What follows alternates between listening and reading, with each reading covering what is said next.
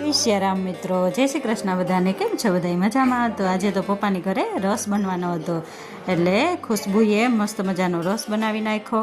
અને જો આ બધા બચ્ચા પાર્ટી વાડીએ ગયા હતા, તે એ બધા આવી ગયા વાડીએથી, અને હાથ પગ ધોવે જ ને હું ને માં ને અલ્પા ને એ બધાય લસણ ફોલીએ છીએ. અને પછી છોકરાઓને બનાવવાની હતી ભેળ, એટલે એ લોકોએ નાસ્તાની ભેળ બનાવી નાખી.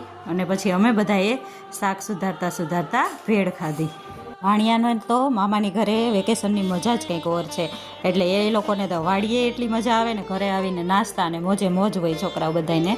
એટલે એ બધા નાસ્તા કરે છે ને બાકી બધી રસોઈ બાકી હતી એટલે બધી કરવા માંડ્યા. એટલે હું પૂરી તરું જ ને ભાભી અંદર ભજીયા બનાવે છે, એટલે ભજીયા અને પૂરી ને એ બધું થઈ ગયું. એટલે ખુશ્બુએ બધાની થાળી કરી દીધી. ને જો મારા ફૈયું બધાય આવ્યા છે, અને બધાય થોડા દિવસ આટો મારવા આવે, અત્યારે વેકેશનનો ટાઈમ હોય ને, એટલે જો એ બધાય ખાટલા ફરિયામાં નાખીને બધાય બેઠા હતા.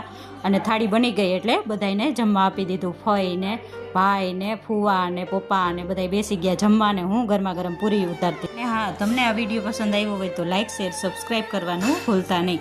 પછી જો અમારા બચ્ચા પાર્ટી પણ જમવા બેસી ગયા, અને ત્યારબાદ અમારો વારો આવી ગયો. એટલે ફઈ ને એ બધાય જમીને ઊભા થઈ ગયા. પછી અમે બધાય જમવા બેસી ગયા, ભાઈ ને અમે નણંદ ભોજાઈ ચારેય. એટલે પછી અમે બધાએ જમી લીધું. જમીને અમે બધાએ ફઈ ને ભત્રીજી ને બધાએ બેસી ગયા ફરિયામાં, બેસીને કેટલી બધી વાતો કરી. તો બાય.